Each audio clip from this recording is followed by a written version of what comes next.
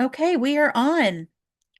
My name is Diana Martinez Alexander, and I'm joined with Michelle Palmer. We're both educators, and we like to hop on and kind of give information to the public regarding issues that are relevant to our community. Michelle?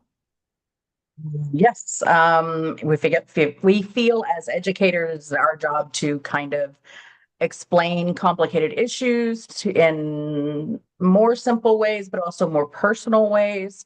And we try to bring experts on for a lot of those issues as well. So today we had originally planned to have Cesar Espinoza from Fiel join us. Unfortunately, he is sick, and so we will reschedule a conversation with him. But we didn't want to waste this opportunity to start talking about the impact of ICE on our community, and especially as educators, our concerns and the impact that raids have had on, you know, our students, I guess, in particular. We will, of course, speak in a way to preserve their privacy and their dignity. We are talking about community members that we care about. And so I think that just to keep that in mind. Yeah, I was talking to a neighbor this morning. I'm in the middle of moving from one apartment to a condo, and a neighbor at my apartment, and she told me that there was an entire family in our complex that was taken the other day, and I did not know about it. So that was pretty devastating. The Houston area is definitely feeling what's being done. We obviously are a heavy immigrant community, especially, I was going to say especially the west side, but really it's every side of Houston has immigrant pockets, and nobody is um, going to avoid being affected by the horrors that are happening right now. Absolutely. So I did have kind of like a sketch of some topics to touch on. Of course, the big news this week was the CCOT um not documentary, the feature, the news feature on 60 Minutes that was pulled by Barry Weiss pretty much at the last moment. But I did talk about this in my daily one of my daily updates is that the it was pulled for in the US, but it also had Canadian distribution. So it has been released and distributed, kind of guerrilla style. Um, and I talked about the Streisand effect. So I didn't know if you wanted to kind of, expand on that, Michelle. Yeah, I feel like a lot of times the people in this administration don't realize the effect, and the people related to the administration as well, because our obviously Bari Weiss is not in the administration, but she is definitely related to the administration. And I don't realize that I don't think they're smart enough to understand the Streisand effect, right? And the Mhm. effect of banning something, of barring Mhm. something. Um, I definitely have already started thinking about how to incorporate the story of it in my classes next semester. I teach government and history for those unaware. And we have current event conversations, class discussions every single week, and to make sure that the state of Texas does not come against me, because I do them, where the students are required to study a few current events. It's up to them. Whatever they bring to the discussion is what comes to the discussion. And I basically stay out of it. I may ask a clarifying question. Sometimes they ask me questions. Can you explain this? I don't really understand. The news didn't explain the way that I could understand it. But for the most part, it's the students. I want them to be able to discuss these complicated issues with each other, because I believe that one of the biggest reasons that we are in the mess, I had a worse word for that, but mess that we are currently in is because for mine and your entire childhood and early adulthood, we were told in polite society, you don't discuss religion and politics, Right. right? And I think that that's a mistake. I think that people need to know how to effectively discuss religion and politics. Mhm. I think that by not doing that, that's where you get the war on Christianity. That's where you get the Right. deep divisions and anger and all of the questionable decisions that are being made by people because people don't understand the other side. Yeah.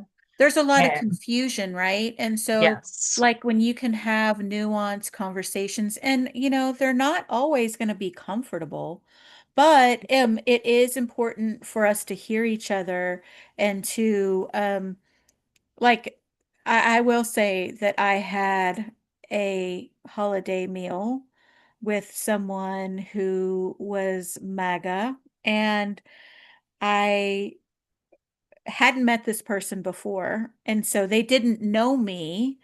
And so it was interesting. I was like thinking about what do they think about me? Only because I had my water cup, and my water cup has a lot of political leaning stickers. stickers on it. Yeah. But I didn't say anything, but I just felt like they were looking at me and maybe trying to figure me out. But again, I wasn't going to bring anything up, but I surely was ready to answer something in a diplomatic way if it did come up. Um, because it's not about being on the offense, but you do have to be prepared to have those conversations with folks when the opportunity arises. And I think that that's a skill. I Um, do. and if your students have a safe place to ask those questions, that's really important. But obviously, that doesn't benefit MAGA extremists from furthering their indoctrination, I guess. I mean, because, for example, when you look at them wanting to have a turning point chapter at every high school, but then banning the gay straight alliance groups because that is indoctrination, right? Um, Exactly. it does not, you can't both sides it because it's not given an equal playing field, and they want to characterize Antifa as a terrorist group when really Antifa is anti-fascist, which Which it isn't even a group that no, it's not a group, but follow me to go to Antifa headquarters. headquarters. Okay. All right. So, um, going back to CCOT, I personally have not been able to watch the news feature because I have to protect my mental health. And I feel like that's something that's beyond my ability to consume.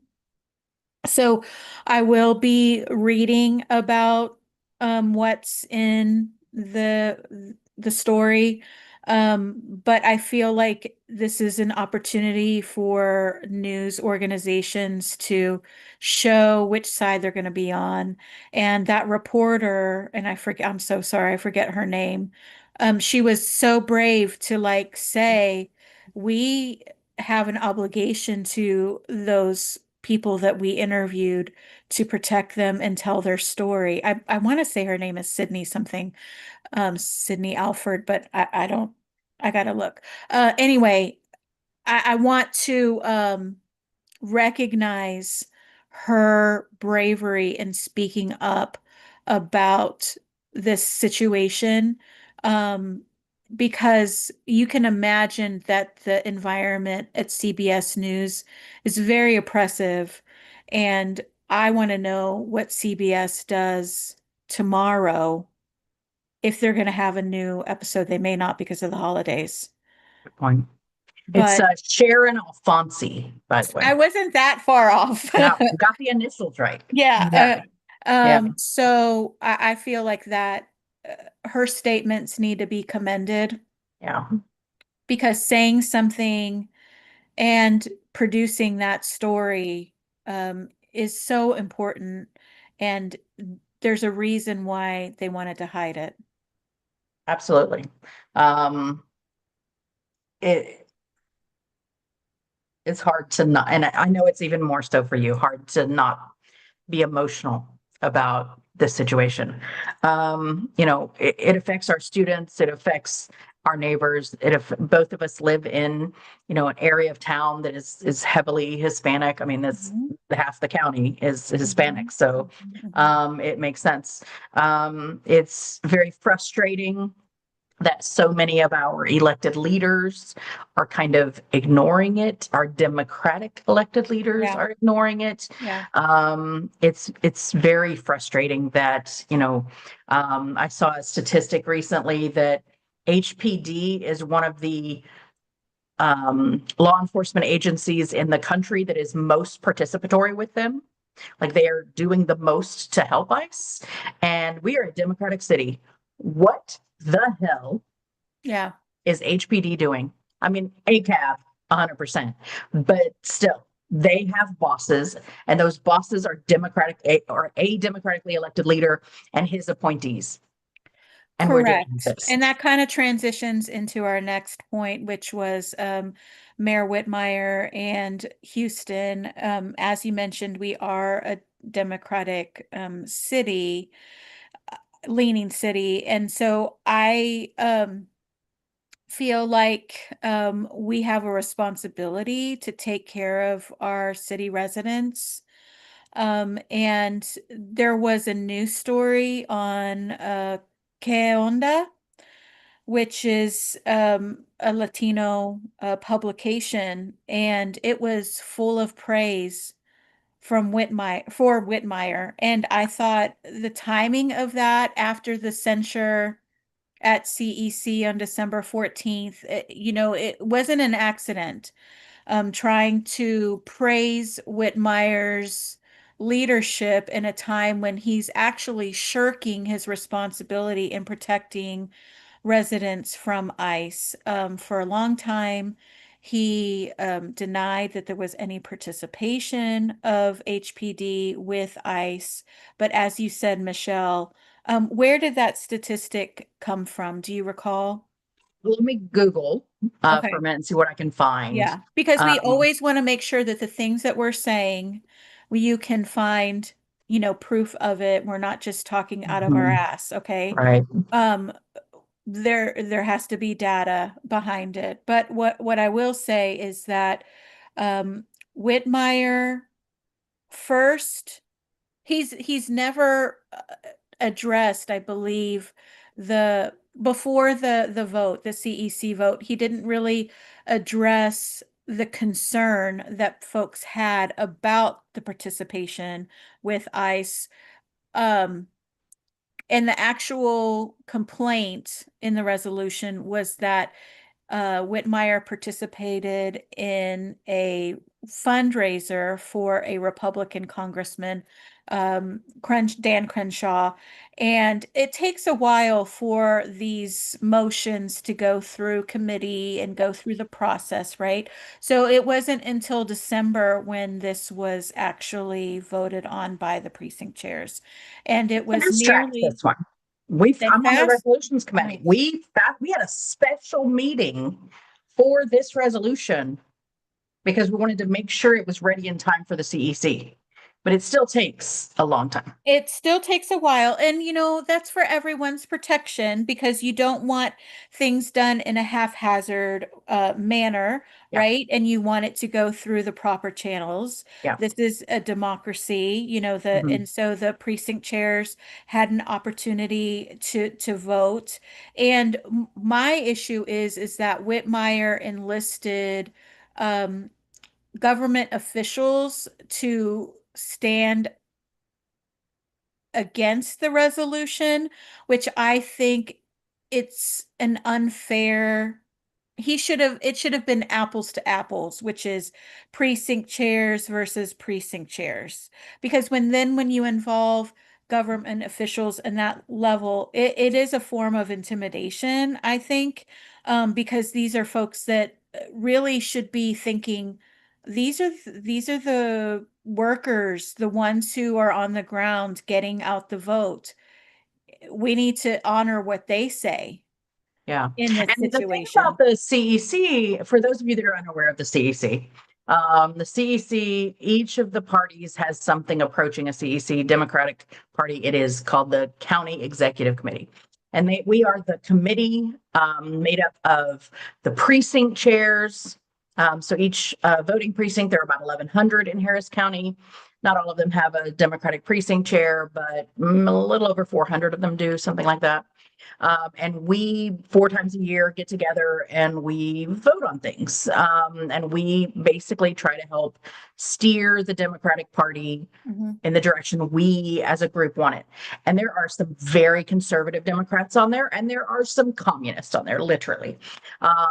It is as widely varying as the Democratic Party itself.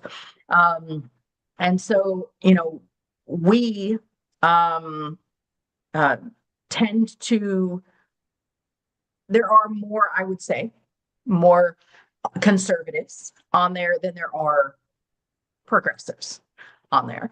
Although it's changing. So maybe that's Okay. why it passed this Mhm. time.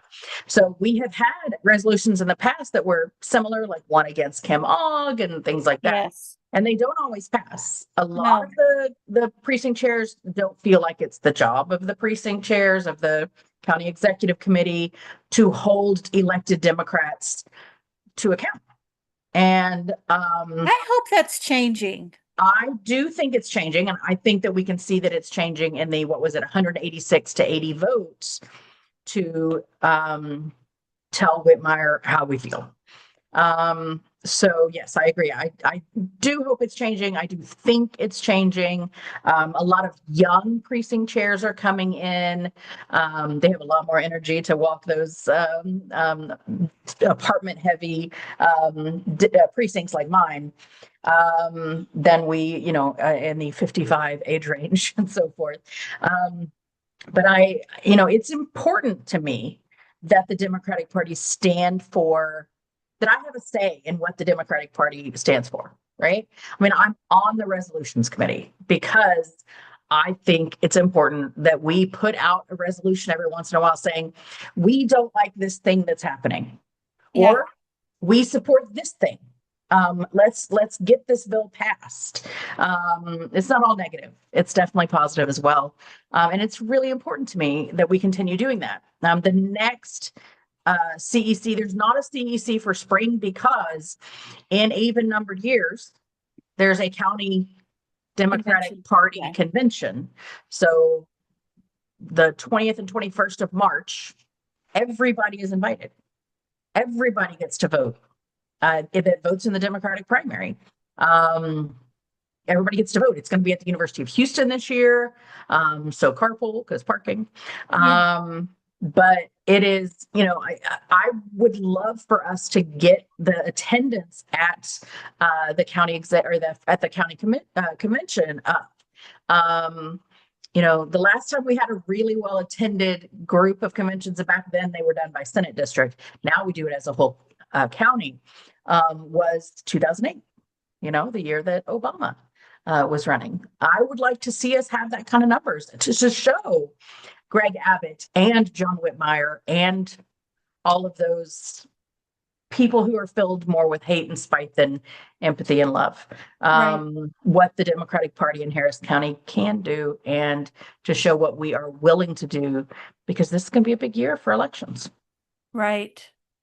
And I think that my issue with Whitmire is not just the fact that he is um not stepping up in terms of protecting our community from ICE. He's also turning his back on the LGBTQ plus community, but trying to play it both sides, where he's appeasing Abbott and MAGA policies, right? But saying that that is the way to avoid problems for Houston. Well, we both know as teachers that appeasement doesn't work.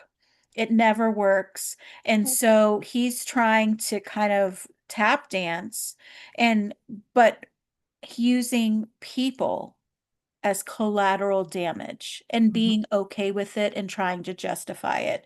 And to Yeah. me, that's extreme cowardice.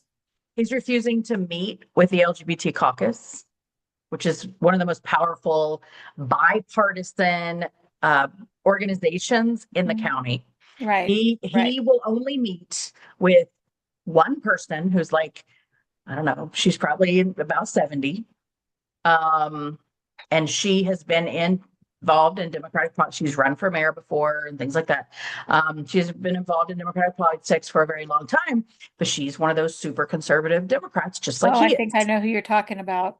Yeah, I don't want to give her name, but I don't Yeah, want to give her yeah. any power. Listen, and that's not necessary someone who's necessarily involved with knowing the concerns of young folks, because it doesn't just if we're talking about like the extremism of this federal government and banning certain language and certain terms and like people trying to apply for grants for Head Start, Yeah. trying to apply for grants for HIV prevention and all of these things that affect vulnerable communities.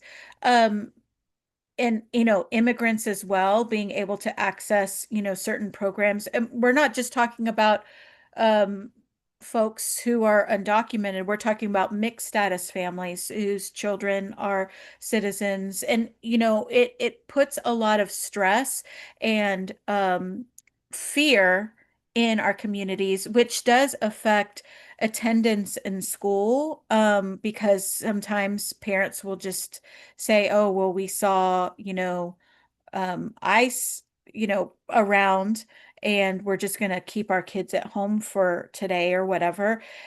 Or they're afraid to. I had a student who was afraid that she caused her mom to get, um, yeah, let me take a breath. While you're taking your breath, I'm gonna say that I found on the Chronicle pretty quickly when googling a article from the day after Christmas, so just a couple days ago, or yesterday. And here's the opening line. Some Houstonians are speaking out against Mayor Whitmire, arguing that the Houston Police Department's cooperation with U.S. Immigration and Enforcement has caused the city to lead the nation in immigration arrests. And it goes on to talk about how we have the largest number of immigration arrests. And I do remember seeing 3 or 4 weeks ago, it's Hmm. before school let out, that HPD had called ICE like 200 and something times, and then over 100 of them was one officer. I remember seeing that. One officer So doing it. one officer was over 100 of those calls. Yes. Get, ugh. Oh, okay. So this little sixth grade girl was beside herself, and she was upset because her mom brought her to school, and her mom had told her, be careful because there were like ICE agents out and about. And the little girl missed the bus. And so her mom brought her to school, but then she was worried because she was like, what if my mom got picked up? And so she wanted to talk to her mom. And so we did eventually get her to talk to her mom. And I was like, look, your mom's safe, you're okay. And she said, well, yeah, but she still has to go to work. And so it wasn't like she could really rest assured that her family was okay. There was still fear for the next moment, the next opportunity for her mom. And so there are folks who are staying home. There are folks who are afraid to go to the grocery store. There are folks who, and now they're even making it harder to register your car. Yep. So it's like anything, we're prohibiting folks from following the law so Yep. they can, they no longer can have licenses, right? Yep. So what are we doing? Yep. Like, you're making it more challenging for these folks to support their families, to make a living. And I just find it disgusting. And if even if they don't have any empathy, right? Even if Republicans and MAGA and all that don't have any empathy, what about the economic effects of this, right? I teach economics as well as government history, right? I'm a high school social studies teacher. And I talk all the time about the economic impact of just normal things that are happening in the community, Mhm. the economic impact of tariffs, the economic impact of what's happening with this. I mean, there have been so many stories about how, like when last time he was running, right, the orange one, um, there were studies done and stories out about how if we like if every undocumented immigrant in the country just disappeared, how devastating that would be to the economy. And Mhm. Texas was the hardest hit, like Texas and California, obviously, um, because they bring in some huge number $1 billion a year into the Texas economy between the taxes they pay, because Yeah, if you live in Texas, you're paying sales tax, that's right. you're paying property tax either through you owning property or through you renting. Correct. Um, you're paying taxes. Like it's just happening. We don't have state income tax. So Correct. it's all the other kinds of taxes. Correct. And, um, in addition to the jobs they do that nobody else will do that have to be done, right? We have a massive housing shortage in this country and in this city, right? And who's most of the construction workers? Mhm. Undocumented immigrants. And Mhm. now construction is, I won't say a standstill, but it is certainly lowered because people won't go to work. Right. People will not go to work. Yeah, there's definitely a trickle down effect to The this only trickle down that policy. really works. Yeah, the a real trickle down. And I think that besides the emotional cost, there are real costs in terms of the impact. And you think of, what we're facing in terms of a not depression, but an economic slowdown. um, we're in trouble. We're in trouble, and especially in our community when we're, based on that there's a lot of dependence on the immigrant community. And, I've heard personal stories of, folks, landscaping crews being taken. But I do want to mention, because one of our points is how people can step up, is if you haven't had a chance to watch usually it's the A block on Rachel Maddow. She highlights folks resisting, folks protecting immigrant communities or immigrants from being from raids. And the one that I'm thinking of is, I believe it was in Minnesota, where it was below, I mean, it was freezing, and they raided um a house, like a construction site, and there was a man on the roof. And so they ended up like bringing him coffee and surrounding that site, so the ICE agents were not able to take him, and finally got him down where he had to seek medical attention because of because of exposure. But he was wrapped up in blankets, and they were, going up there and taking shifts so he wouldn't be alone. And to me, that's the true meaning of community, is showing up. Now, my worry is, and I've posed this question before, is with Houston and it's being so geographically like spread out, there's not a lot of concentration. And, sometimes that leads to maybe raids happening and not getting the same attention. in that moment.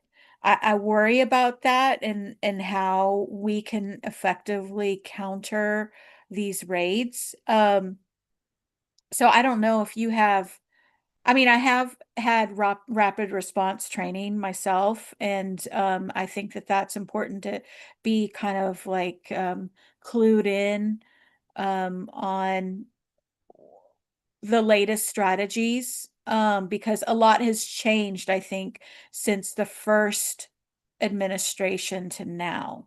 Yeah. I know that there are Slack accounts and like WhatsApp accounts and all of that that are focused on that. Um, I haven't really seen a lot of it in action like you do in other cities.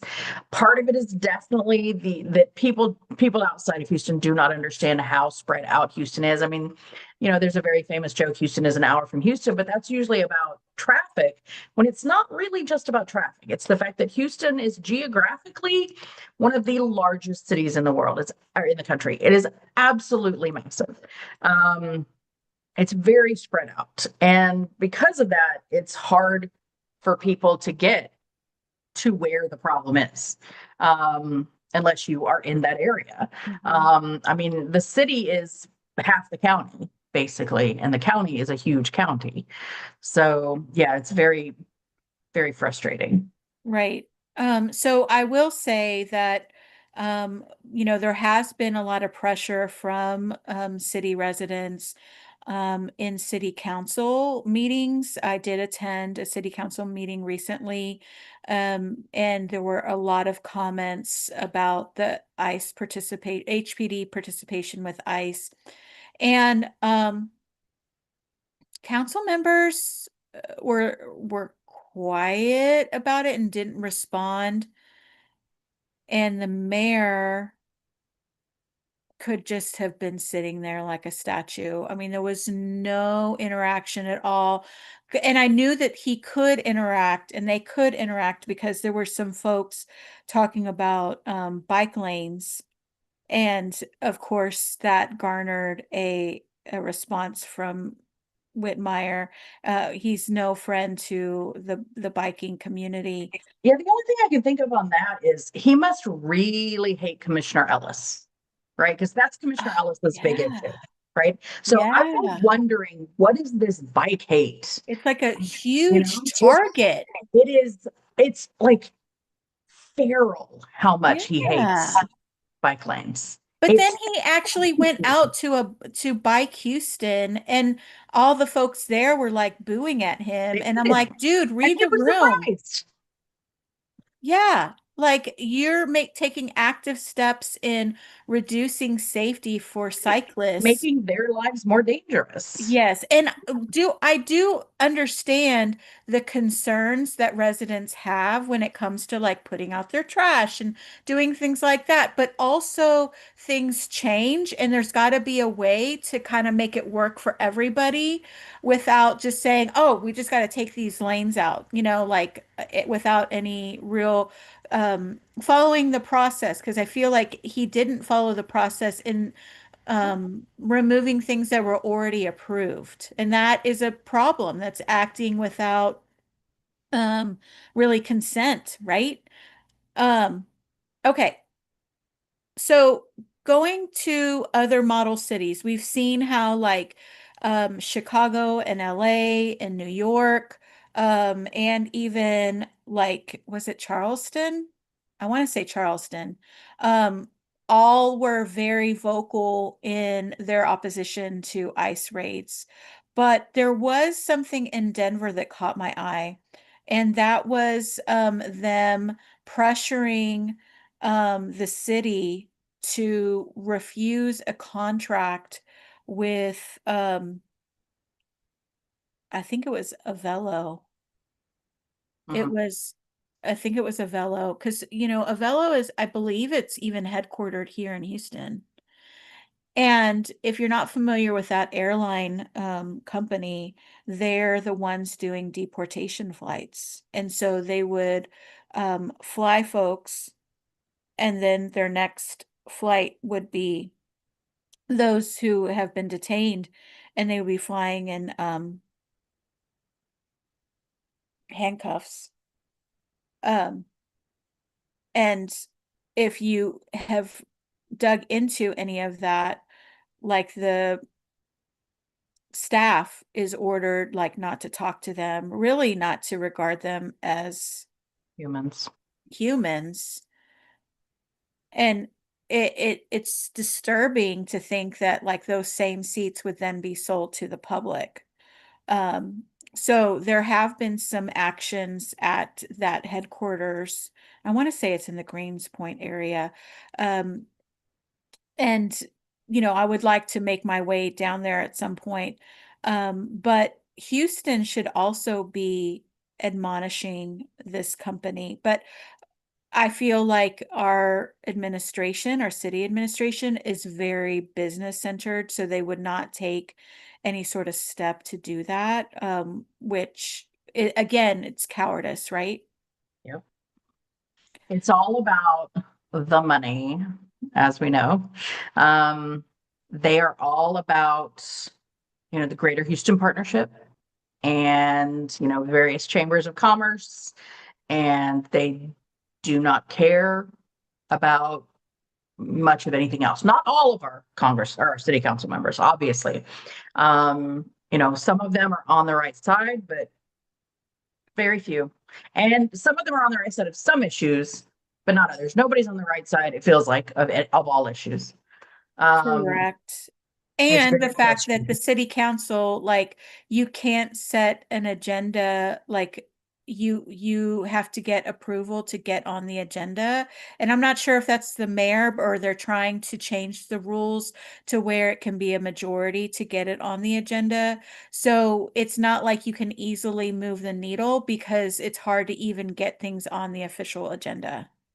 Well, I do know that there have been a few things recently that used the new rule that we all approved a few years ago through an initiative that allows for three of them to put something on the Okay, agenda. that's what it was. Yeah, Okay, okay. because I remember reading an article where Dr. Plummer, Mhm. now former city councilwoman, Mhm. who's amazing and is running for county judge, and I love her.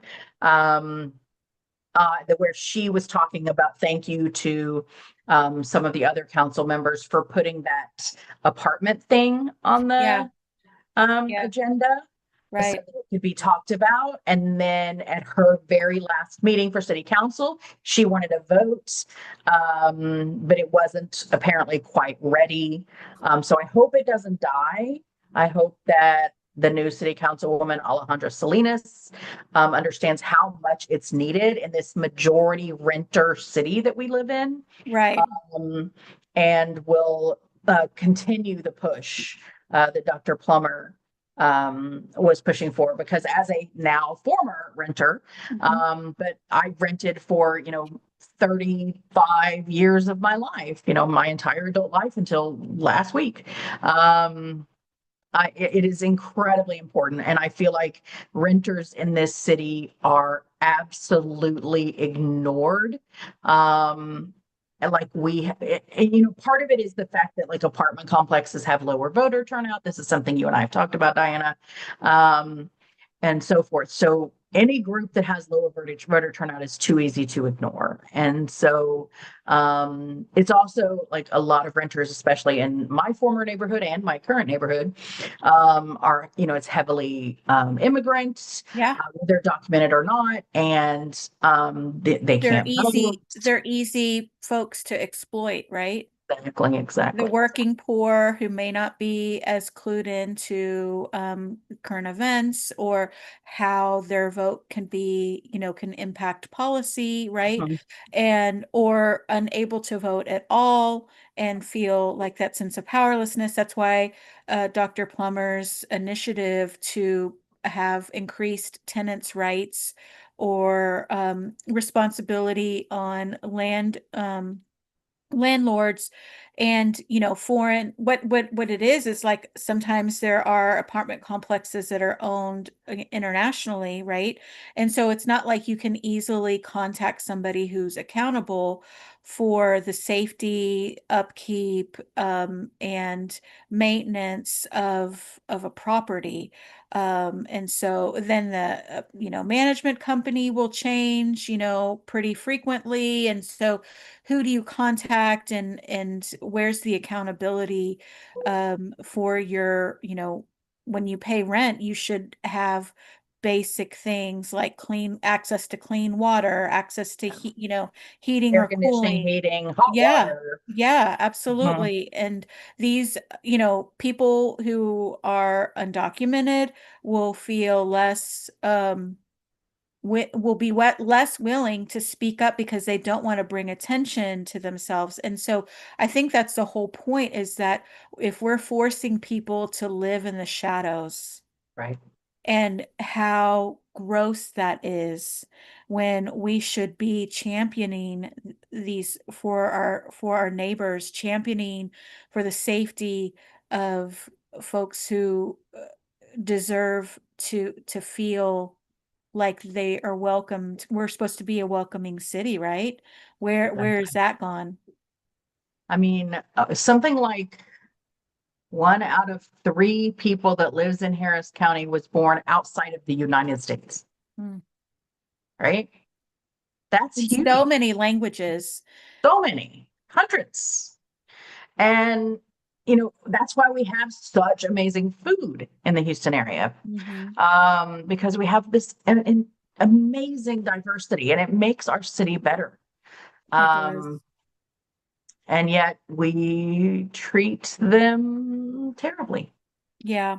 So, I think, like I said, we will circle back and have another conversation with Caesar, because he has been involved in a lot of important fights, with our immigrant community, protecting families. For example, Emmanuel Gonzalez Garcia, the 15-year-old young man who is nonverbal, and or limited verbally, and also has the disability of autism. And so as a an educator, and that is my realm, I work with special education students at that age group.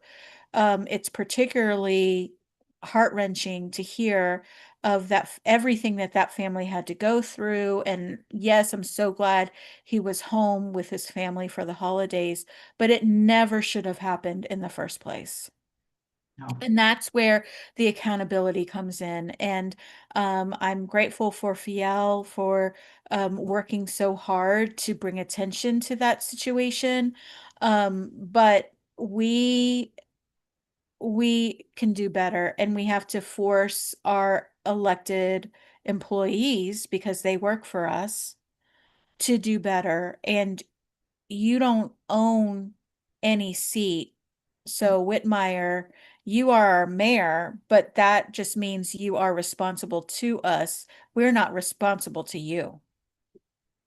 yep. We have Um, less than 2 years before the next mayoral election. Yeah, so I hope that he sees that the strong arm type, because it's not like he has no humility at all when it comes to admitting any, like, oh, I could have done better, or this or that. There's nothing that he has said to say, you know what, we did something wrong with Emmanuel. We could have done better. We could have done X, Y, or Z. there's there's no trying to repair the situation. It's just, it is what it is. Deal with Mhm. it. And I'm Yep. sorry, that's not acceptable to me. It is not. And unfortunately, that actually happened not too far from us. It was at Clay Spring and Branch. Hempstead. So it was like on the fringe of Spring Branch. And so it makes me sick to think that that happened in my community. Yeah. And he should have been at home instead of the month and a half or whatever that he was in detention. And we pay for that every follow the money because the reason why they're looking at they have these quotas is because they have beds that they need to fill, and if they fill those beds and they get paid, at last count it was $750 per evening. That's a Yeah. lot of Yeah. money that we're paying to hurt people and to separate families. It's one of So many reasons that private prisons are evil incarnate, yeah, because the for contracts profit. require that they stay a certain percentage full. Yep. So, they're going to arrest people just so they don't have to like pay out of the budget Yeah. for empty space. Yeah. It's, And that's why even people who are citizens are targeted because of their skin color. And that is happening to, the AAPI community, yeah. anyone with melanin, the Latino community, and the Black community. So we're not safe. And I don't feel like that's being discussed enough, and it's kind of being blown over because it doesn't behoove those in power to have those conversations because then there'll be more pressure to stop. Yep. So, Absolutely. all right. Well, I think we can leave it there. Michelle, it's always a pleasure, and I'm so happy that you have Wi-Fi in your home. I feel like this is a big, I mean, you almost need a cake or something. It's like this is a huge moment because ever Mhm. since I've known you, you've been having to like go and sit somewhere to do your meetings, and now you have a home base. I did an entire master's degree from Starbucks, y'all. Entire master's degree. Every class, wrote every paper, everything. Because Oh I my could not gosh. get my Wi-Fi to be decent at my old. Yes, yes. So now you no longer have to cross the picket line. No. So, all Oh, right.